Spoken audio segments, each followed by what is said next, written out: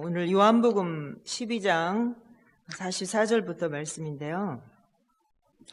요한복음을 기록한 요한은 요한복음을 기록한 목적이 뭐라고 얘기했을까요?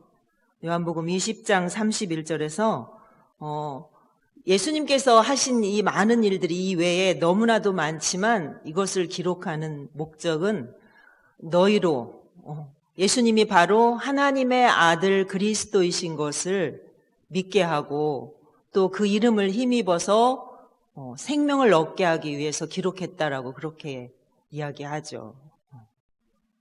그러니까 첫째가 뭐냐면 예수님이 바로 하나님의 아들 그리스도시다라는 거고, 두 번째는 그 예수의 이름을 힘입어서 예수님을 믿어야 영원한 생명을 얻을 수 있다, 구원받을 수 있다라는 것을 알게 하기 위한 거라는 거죠.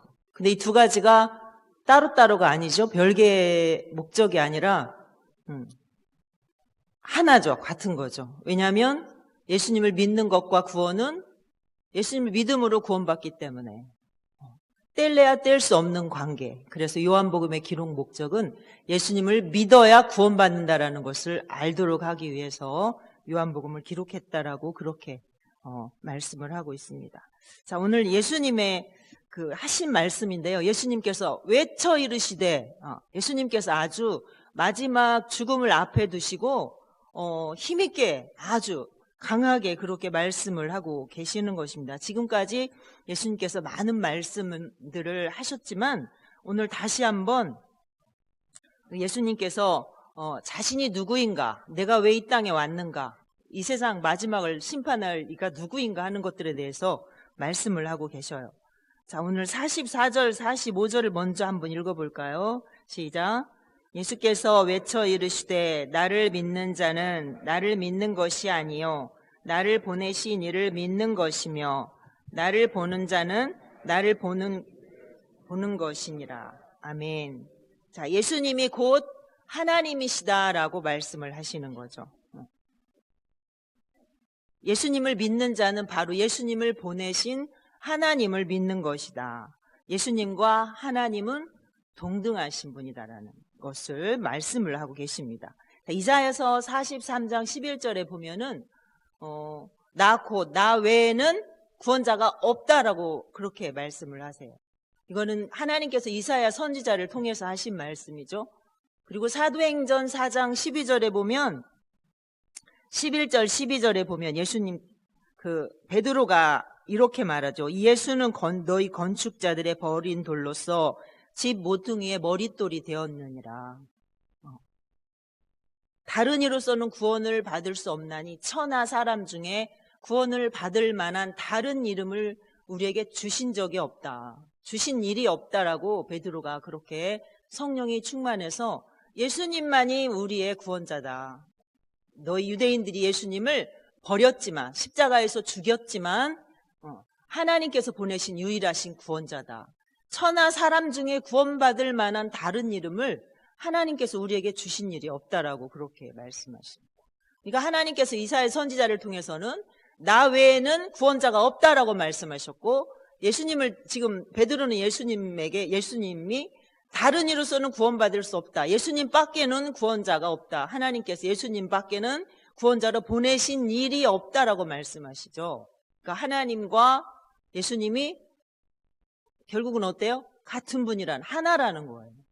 예수님은 바로 하나님께서 보내주신 유일하신 구원자다라는 것을 말씀을 하고 있습니다. 자, 45절에서 보면 나를 보는 자는 나를 보내신 하나님을 보는 것이다 이렇게 말씀하시죠. 44절에 이어서 똑같이 나와 아버지가 하나이다 라고 예수님이 그렇게 강조를 하고 계시는 것입니다. 그때 당시 예수님의 신성에 대해서 이해가 부족할 때잖아요. 그런데 사람들이 눈에 보일 때 예수님은 어떤 분이에요? 그저 사람들에게 천하게 보이는 갈릴리 나사렛 사람에 불과했고, 예수님을 죽이려고 많은 사람들이 예수님을 죽이려고 따라다니고 책 잡고 이래서 항상 죽음의 그 위협 가운데 계셨던 상태인데, 그런 예수님이 내가 바로 하나님이다. 내가 바로 아버지께서 보낸 그다. 내가 바로 메시아다라고 말할 때에 그것을 쉽게 받아들이기는 사실상 어려웠겠죠. 그러니까 너무나 예수님의 말씀을 들을 때에 그들에게는 이 예수님이 하신 말씀이 충격으로 다가올 수밖에 없었던 것이죠. 예수님과 오랫동안 함께했던 제자들마저도 이 사실에 대해서 확신이 없었잖아요. 그러니까 예수님께서 내가 그 일을 당할 때, 내가 십자가 질 때, 내가 고난 받게 되면 그때 너희가 알게 될 것이다. 내가 누구라는 것을 예수님 그렇게 말씀을 하셨죠. 그때 너희가 믿도록 하기 위해서 내가 이렇게 말하는 거다라고 예수님이 말씀을 하셨습니다. 그러니까 하나님과 예수님은 곧 하나라는 것을 예수님이 다시 한번 확실하게 말씀을 하고 계시는 게 지금 44절, 45절의 말씀입니다. 그 다음에 46절도 한번 읽어볼까요? 46절, 7절 시작. 나는 빛으로 세상에 왔나니 무릇 나를 믿는 자는 어둠에 사람이 내 말을 듣고 지키지 아니할지라도 내가 그를 심판하지 아니하노라. 내가 온 것은 세상을 심판하려 함이 아니요 세상을 구원하러. 아멘. 예수님이 이 땅에 왜 오셨는가 하는 것에 대해서 예수님 말씀하고 계십니다. 나는 빛으로 세상에 왔다. 빛으로 왔다. 왜요? 나를 믿는 자들은 어둠에 다니지 아니하고 빛 가운데로 들어올 수 있도록 빛에 거할 수 있도록 하기 위해서 오셨다라고 그렇게 말씀하고 있는 것입니다. 왜 세상이 어두워요? 뭐 때문에? 죄악으로 가득하니까 죄로 인해서 세상이 어둡단 말이에요. 죄는 어둡잖아요. 어둠이잖아요. 그러니까 죄 때문에 세상이 어두운 세상, 모두가 다 멸망받을 수밖에 없는 도무지 하나님을 찾지도 알지도 깨닫지도 못하는 그런 어두운 세상에 있는 사람들에게 빛으로 오셔서 이 땅을 구원하시고 그들에게 생명을 주시기 위해서 예수님이 오셨다라고 말씀하십니다. 그런데 사람들이 왜 이렇게 다 어두운 가운데 설 수밖에 없는 거예요? 모든 사람이 죄를 범하였음에 하나님의 영광에 이르지 못하더니, 모든 사람들이 다 죄 가운데 살기 때문에 어둠 가운데 이렇게 어둡게 살 수밖에 없는 것이죠. 어느 누구를 막론하고 모두가 다 어둠에 속하지 않은 사람은 한 사람도 없는 것입니다. 얼마 전에 터널 안에서 불이 이렇게 큰 사고가 났죠. 그래서 불이 나가지고 나중에 보니까 5명인가가 죽었더라고요. 그 어둠 가운데서 그런 일을 만나게 되면 완전히 아수라장이 되는 거죠. 어떻게 그 속에서 빠져나올 수가 없죠. 그런 상태, 아주 절망적인 상태가 되는 거죠. 어둠이라는 것은 이렇게 절망적인 상태를 말하는 것입니다. 그런데 어둠이 저절로 없어지진 않죠. 어둠이 없어지려면 뭐가 필요해요? 뭐가 들어와야 돼요? 빛이 들어와야 어둠이 없어지잖아요. 예수님은 세상에 이 죄로 인해서 이 어두운 세상, 모두가 다 멸망당할 수밖에 없는 이 세상에 예수님이 빛으로 오셨다라는 것입니다. 죄 가운데 있는 사람들을 구원하셔서 하나님의 영원한 나라, 밝은 나라, 죄가 없는 나라, 그 하나님의 나라로 들어갈 수 있도록 하시기 위해서 예수님이 이 땅에 빛으로 오셨다라고 그렇게 말씀을 하십니다. 자, 예수님은 어두운 세상에서 사람들이 빠져나올 수 있도록 그 길을 열어놓으신 거죠. 예수님을 믿기만 하면 누구라도 이 어둠, 터널과 같은 꽉 막힌 완전히 굴속처럼, 터널은 지나면 밝아지기라도 하죠. 완전히 꽉 막힌 그런 어둠 가운데서 빠져나올 수 있는 길을 예수님께서 오셔서 알려주신 거예요. 알려주셨어요. 그런데 사람들이 지금 예수님을 믿는다는 거예요. 안 믿고 있다는 거예요. 예수님을 믿으려고 안 하는 거잖아요. 일부 얼마를 빼놓고는. 예수님께서 외쳐 말씀하시는 거예요. 나는 세상의 빛으로 왔다. 내가 곧 하나님이다. 내가 곧 아버지가 보낸 그 메시아다. 나를 믿어야 너희가 구원받을 수 있다. 나를 믿어야 너희가 살 수 있다. 라고 예수님이 말씀하시는 것입니다. 자, 예수님을 믿는 자는 이 어둠에 있지 아니하고 빛 가운데로 거하게 될 것이라고 말씀하시죠. 예수님을 거부하면 어떻게 되나요? 누구라도 어둠 가운데 그대로 남아있을 수밖에 없는 것입니다. 어둠에 남아있을 것인가? 어둠 가운데 그대로 남아있을 것인가? 그래서 멸망받을 것인가? 아니면 그 예수님이 열어놓으신 빛 가운데로, 예수님이 열어놓으신 그 길을 따라서 나올 것인가 하는 것은 우리 자기 자신이 선택을 하는 것이죠. 자, 사도행전 26장에 보면 바울 사도가 아그리빠 왕 앞에서 진술하는 내용이 나오죠. 내가 왜 예수님을 믿게 되었는가? 내가 그렇게 예수 믿는 사람을 핍박했던 사람인데, 하나님 앞에 열심히 그렇게 특심이었던 사람이었는데 내가 왜 예수쟁이가 되었는가? 내가 왜 그토록 예수님을 목숨 걸고 전할 수밖에 없었는가 하는 것을 쭉 진술을 합니다. 그러면서 예수님이 이렇게 말씀하셨다. 여러분이 앞에 말씀들은 우리 다 아시는 말씀인데 그 26장 17, 18절에 보면 이스라엘과 이방인들에게서 내가 너를 구원하여 그들에게 보내어 그 눈을 뜨게 하여 어둠에서 빛으로 사탄의 권세에서 하나님에게로 돌아오게 하고 죄 사함과 나를 믿어 거룩하게 된 무리 가운데서 기업을 얻게 하리라. 이렇게 예수님이 나에게 말씀하셨다. 그래서 내가 이 일을 안 할 수가 없는 것이다. 어둠 가운데 있었던 나를 예수님께서 나를 만나 주셔서 나를 빛 가운데로 건져내 주시고 나를 건져내 주시고 구원해 주셨을 뿐만 아니라 나를 선택하셔서 이 사도로 만들어 주신 것은 이 사탄에 매여 있는 사람들을 이끌어내서 하나님에게로 돌아오게 해서 구원을 얻도록 하기 위해서 나를 택하셨다고 우리 주님이 나에게 그렇게 말씀하셨다라고 그렇게 진술을 합니다. 예수님이 빛으로 오신 목적이 뭐예요? 어둠 가운데 사탄에 매여 있는 세상 사람들을 이끌어내서 하나님에게로 돌아와서 영원한 생명을 누리도록 하시기 위해서 예수님께서 이 땅에 그렇게 빛 가운데로 오신 것입니다. 자, 바울은 예수님을 만난 후에 예수님께서 이 땅에 오셔서 왜 십자가를 지셔야만 했는가를 부지런히 전했죠. 에베소서 2장 1절에 보면 허물과 죄로 죽었던 너희를 살리셨도다. 이렇게 이야기하죠. 또 에베소서 골로새서 1장 13절 14절에 보면 그가 우리를 흑암의 권세에서 건져내사 사랑의 아들의 나라로 어떻게 하셨어요?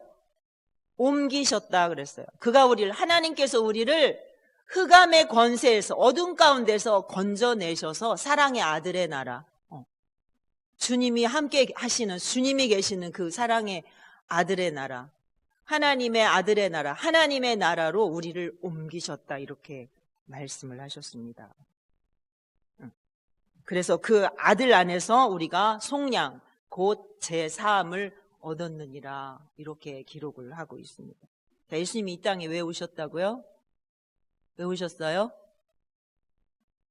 어둠 가운데 있는 세상을 구원하셔서, 세상 사람들을 구원하셔서 빛 가운데 하나님의 나라로, 사랑의 아들의 나라로 옮겨주기 위해서 우리를 구원하시기 위해 그렇게 예수님이 이 땅에 오신 것입니다.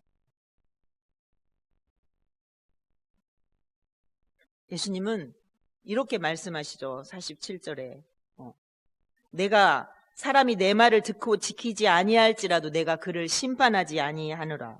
내가 온 것은 세상을 심판하려 함이 아니요 세상을 구원하려 함이로라. 이렇게 말씀을 하십니다. 나는 벌 주기 위해서 온 게 아니야. 내가 지금 온 것은 세상을 구원하기 위해서 오셨다. 그런데 마지막 심판할 이가 있다라고 또 말씀을 하시죠. 49절, 48절, 9절, 50절 한번 쭉 읽어볼까요? 시작.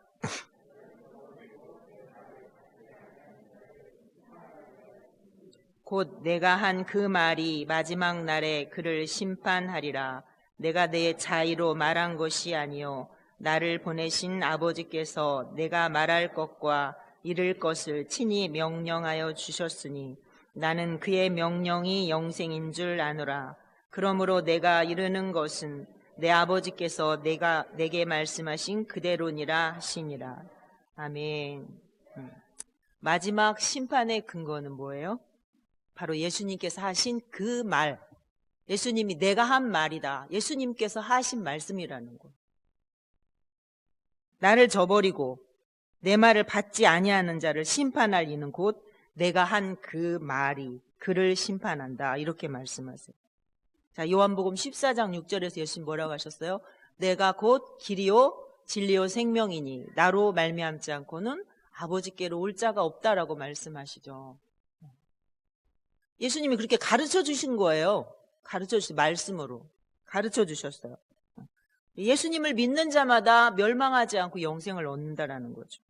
자, 그런데 예수님의 말씀을 믿지 않고 듣지 않고 예수님을 받아들이지 않으면 어떻게 되나요? 그 말씀을 무시하고 비난했던 그 말씀으로 인해서 그 사람이 심판을 받는다라는 거예요. 그리스도의 말씀을 받지 않고 거부하면 결코 심판을 면할 수 없다라고 말씀을 하십니다. 자, 왜 그래요? 예수님, 구원의 길로 초대한 예수님을 거부하는 것은 누구를 거부하는 거죠? 예수님을 보내신 하나님을 거부하는 거예요. 예수님의 말씀을 믿지 않고 듣지 않고 받아들이지 않으면 누구의 말씀을 안 믿는 거예요? 하나님의 말씀을 무시하는 거잖아요. 예수님을 받아들이지 않으면 예수님께서 그렇게 말씀하셔요. 내가 보낸 자를 영접하는 것은 나를 영접하는 것이요. 나를 영접하는 것은 곧 나를 보내신 아버지를 영접하는 거다. 그렇게 말씀을 하셨어요. 예수님의 말씀이 왜 중요한가 아시겠죠? 제가 당북초등학교 다녔어요. 우리 집사님 당북초등학교 몇 년 동안 선생님 하셨는데 그때만 해도 당북초등학교가 한 반에 60명 공부를 했어요. 지금은 아이들이 이렇게 반마다 많지 않잖아요. 한 반에 60명. 우리 반 한 학년에 한 반밖에 없었어요. 저희 한 반 62명, 1명 이렇게 공부했으니까. 예전엔 다 그랬어요. 좀 세대 차이 나나요? 근데 우리 그 초등학교 6학년 선생님이 이게 공부 욕심이 많고 아이들을 정말 막 열정을 다해서 그렇게 가르쳐 주셨어요. 그래서 좋은 학교, 군산에서 좋은 학교면 어떤 학교일까요? 그 다음 학교. 미들스쿨. 군산 여중, 군산 고등학교. 그 좋은 학교라고 할 수 있잖아요. 근데 그 좋은 학교를 보내겠다고 선생님이 저희들을 새벽부터 공부를 시키셨어요. 지금 생각해 보세요. 초등학교 6학년 지금 생각하면 새벽에 내놓는 부모님 계실까요? 아무도 없죠. 근데 그때는 뭐 이런 사람이 무섭고 그럴 때가 아니었기 때문에 저희 집에서 학교까지 걸어가려면 아마 한 15분, 20분 정도 됐을까요? 근데 이 초등학교 6학년짜리가 내 옆에 반, 옆집 친구하고 둘이서 새벽부터 일어나서 그 학교를 다녔어요. 공부한다고. 해보겠다고. 선생님이 가르치고 나오라고 하니까. 어떤 때는 이 친구가 얼마나 부지런한지 시계를 잘못 봐가지고 새벽 2시에 일어나가지고 새벽 2시에 일어나서 학교를 가는 거예요. 그러니까 애기잖아, 애기가 막 한밤중에 그 골아 떨어질 시간에 2시에 일어나서 학교를 걸어가니 졸다가 또 돌부리에 넘어져가지고 걸려서 넘어지다가 그러면서 학교를 다녔어요. 근데 우리 선생님이 이제 공부를 좀 하는 그 아이들에게는 너희들 시험 봐가지고 한 문제 틀리면 이 대뿌리로 한 대씩 맞는다, 엉덩이. 그런데 그 대나무 뿌리가요, 얼마나 굵은지 한 이만큼 돼, 진짜 이만큼. 대나무. 이렇게 갖고. 말린 거. 선생님 키도 크고요. 막 운동하셔갖고 체육 선생님이어가지고 힘도 진짜 세요. 그런데 진짜 너희들 한 대 틀리면 국어, 산수 이거 한 대씩 틀리면 뭐 사회 이런 건 별로 이야기 안 하시고 한 문제 틀리면 한 대씩 맞는다 해가지고 그렇게 하나님께서 선생님이 그렇게 선포를 하셨어요. 그냥 얼마나 열심히 공부를 해야 되잖아, 안 맞으려면. 그런데 선생님 그대로 하셨을까 안 하셨을까요? 그대로 하셨어요. 그래가지고 엉덩이가, 제가 지금 제 엉덩이가 납작해진 이유가 아마 그때 그때 몇 대 맞아가지고. 근데 저 사실 많이 맞진 않았어요. 많이 맞진 않았는데 진짜 아팠어요. 너무너무 아파요. 그러니까 안 맞으려고도 더 열심히 할 수밖에 없었어요. 선생님이 한 대씩 때린 근거가 뭐죠? 한 대씩 우리 맞은 근거가 뭐예요? 한 문제 틀리면 한 대씩 맞는다라고 말씀하신 그 선생님의 말, 그게 근거잖아요. 자, 우리 엄마들이 애기들 말 안 들으면 어떻게? 너 엄마 말대로 안 하면 혼난다 이러죠. 그럼 잘못하면 혼나요, 안 혼나요? 혼나죠. 그 기준이 뭐예요? 엄마가 한 그 말이잖아요. 엄마가 한 말대로 엄마는 하는 거잖아요. 자, 왜 제가 이 말하는 거예요? 예수님이 하신 말씀이라는 거예요. 내가 하는 말이 곧 아버지께서 하시는 말씀이다. 나는 내 자의로 말하지 않는다, 절대. 내가 지금까지 한 모든 말은 아버지께서 하라고 명령하신 그대로 나는 전하는 거다. 마지막 때에 심판할 리가 있는데 내가 한 그 말이 너희를 심판할 거다라고 말씀을 하시는 것입니다. 자, 여러분, 근데 우리가 하나님의 말씀을 대할 때 하나님의 말씀을 얼마나 소중하게 대하십니까? 하나님의 말씀을 얼마나 두렵고 떨림으로 진짜 지키려고 노력을 하시나요? 하나님의 말씀을 때로는 너무나 가볍게, 쉽게, 아무렇지 않게 생각할 때 있어요, 없어요? 솔직하게.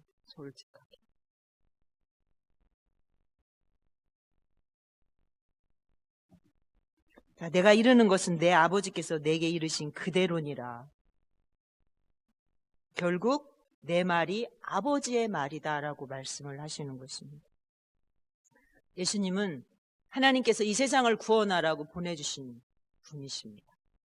근데 그 예수님은 스스로 오신 것이 아니라 바로 하나님이 인간으로 오신 예수님이신 거죠. 예수님은 곧 하나님이신 것입니다. 마지막 이 세상을 심판할 이가 바로 하나님의 말씀, 예수님이 하신 말이라는 겁니다. 자, 여러분 분명히 기억하세요. 하나님이 무엇으로 세상을 창조하셨나요? 마지막 심판의 근거가 뭔가요? 말씀. 제가 이 말씀 준비하면서 하나님이 말씀으로 이 세상을 열고 말씀으로 세상을 심판하시는구나. 세상이 창조되고 마지막 닫혀지고 하는 그것이 바로 하나님의 말씀이구나. 그 근거가, 기준이 바로 하나님의 말씀이구나. 그런데 우리가 하나님의 말씀을 얼마나 정말 지키려고 몸부림치는가, 제가 그렇게 다시 한번 생각할 수 있는 그런 기회가 됐습니다. 자, 예수님은 죄악으로 인해서 어둠 가운데 있는 이 세상에 빛으로 오셨습니다. 세상에 죄 가운데 있는 사람들에게 구원의 길을 열어주시고 나를 믿는 자는 어둠 가운데 있지 아니하고 하나님 앞에 갈 수 있다라고 분명히 그렇게 가르쳐 주셨습니다. 예수님께서 전하신 말씀을 믿음으로 받는 사람은 구원이지만 예수님의 말씀을 저버리고 하나님을 무시하고 예수님을 받아들이지 않은 사람은 분명히 하나님께서 말씀하신 그 말씀으로 심판을 받는다는 것을 우리가 꼭 기억을 해야 될 것입니다. 왜냐하면 예수님의 말씀을 거부하는 것은 하나님을 거부하는 것과 똑같기 때문에 그렇습니다. 마가복음 우리 13장 31절 한번 찾아보고 마치겠습니다. 마가복음 13장 31절.